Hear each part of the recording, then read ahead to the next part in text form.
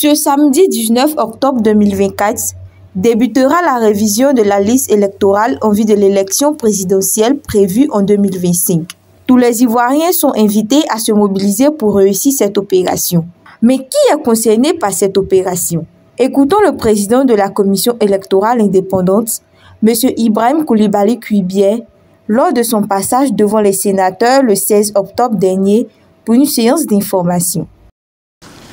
Vénérables sénateurs, dans quelques jours, précisément ce samedi 19 octobre 2024, en exécution du décret 2024-792 du 5 septembre 2024, fixant la période et les modalités de révision de la liste électorale, la commission électorale indépendante procédera au lancement de l'opération de révision de la liste électorale 2024-2025, en vue de prendre en compte les mutations intervenues dans le corps électoral.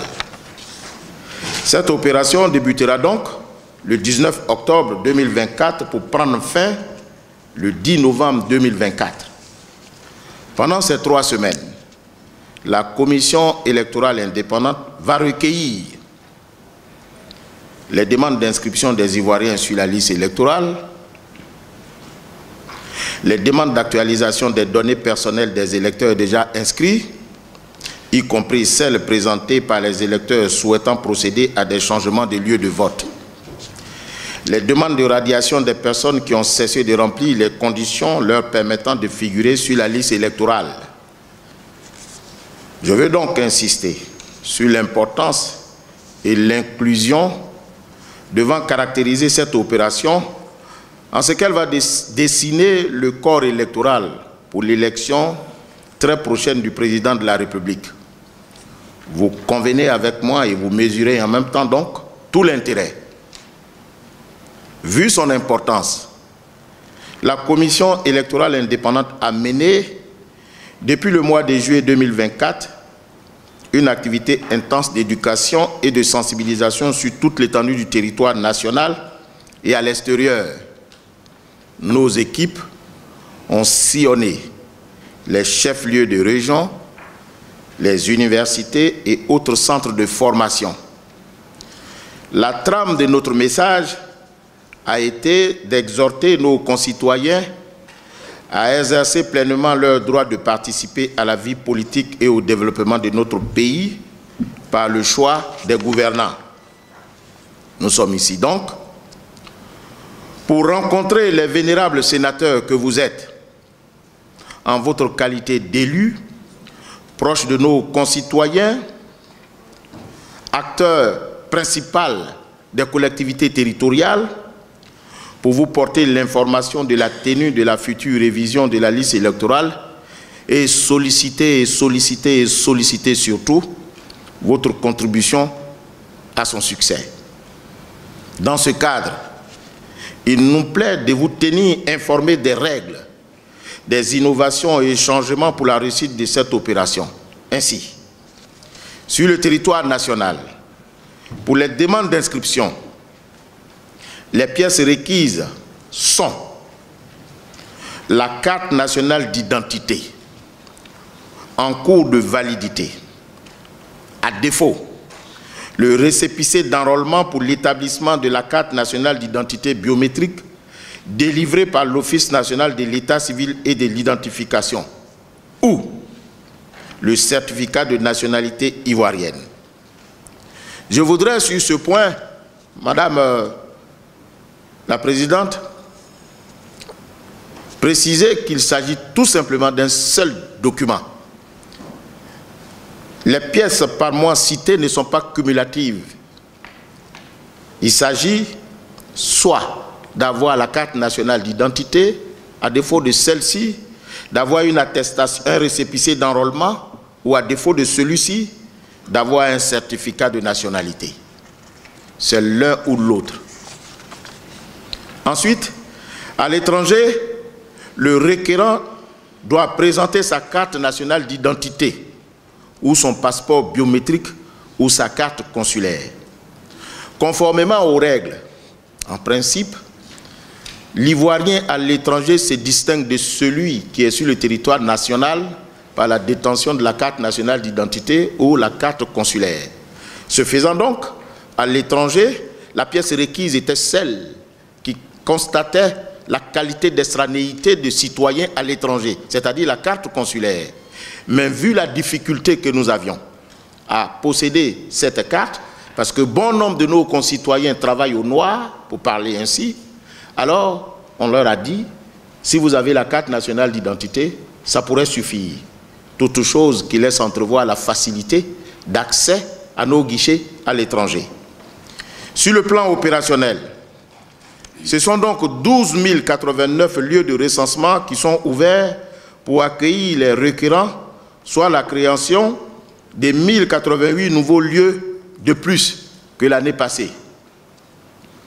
Les agents recrutés pour cette opération, à raison de 3 par lieu de recensement, dont un chef de centre, un agent formulaire et un opérateur tablette, tiennent disponibles, suivant le programme ci-après. Sur le territoire national, tous les jours, du mardi au dimanche, sauf lundi, de 8h à 17h. À l'étranger, du vendredi au dimanche, de 8h à 17h, heure locale.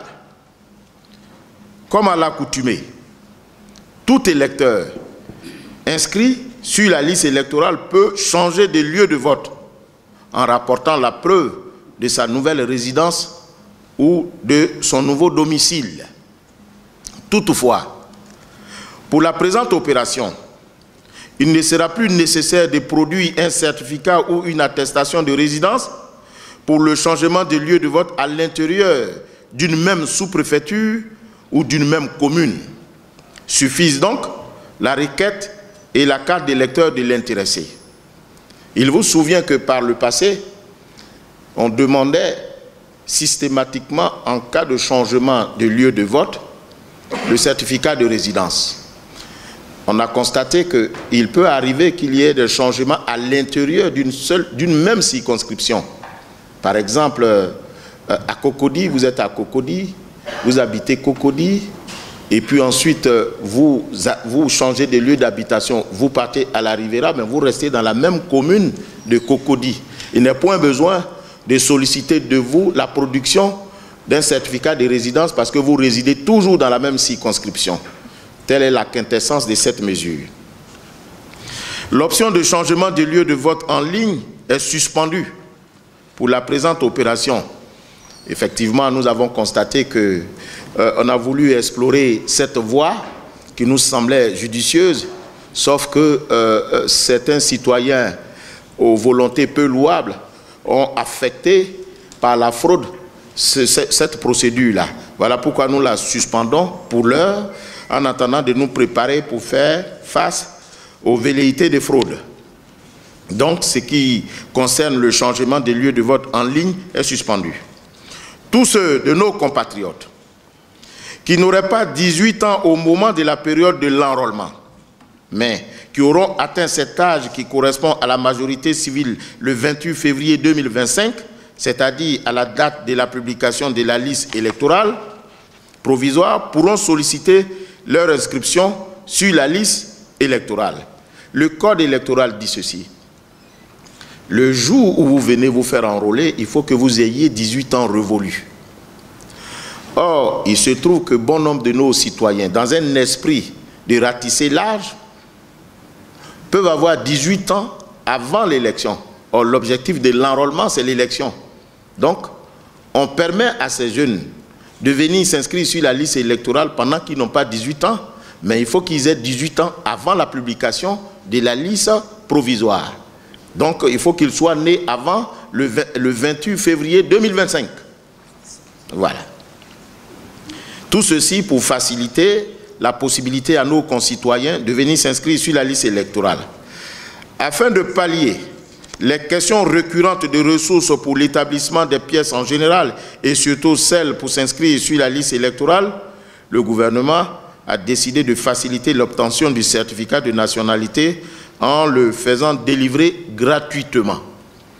Évidemment, tout début est difficile. Il semble que le ministère de la Justice est en train de faire mains et pieds pour mettre tout le mécanisme en place, pour déroger au principe courant qui était le paiement de cette pièce-là.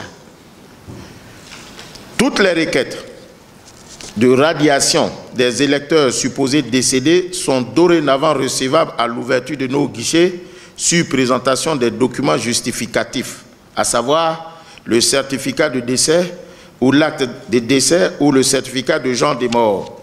Par le passé, c'était à l'occasion du contentieux que l'on venait dire que les parents étaient décédés.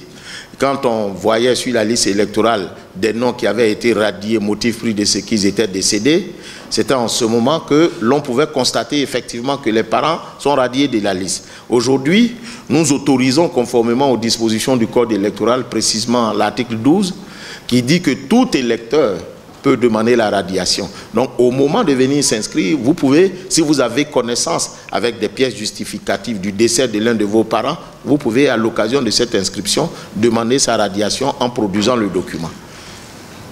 Excellence Madame la Présidente du Sénat, vénérable sénateur, vous nous permettrez donc de vous solliciter pour passer le message de la confiance aux partis et aux groupements politiques, à la société civile, aux médias et à la presse et à tous nos concitoyens.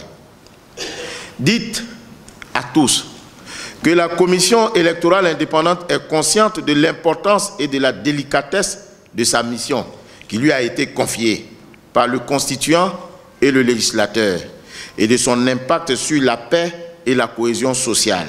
En conséquence, son objectif est de produire, conformément aux dispositions légales, une liste électorale propre et crédible pour un processus électoral transparent et fiable, gage d'élections apaisées pour la stabilité et le développement de notre cher pays.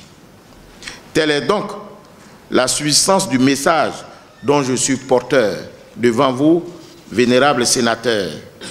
Je voudrais donc vous remercier de votre aimable attention et certainement à l'occasion des échanges, nous reviendrons sur certains points que nous considérons essentiels. Je vous remercie.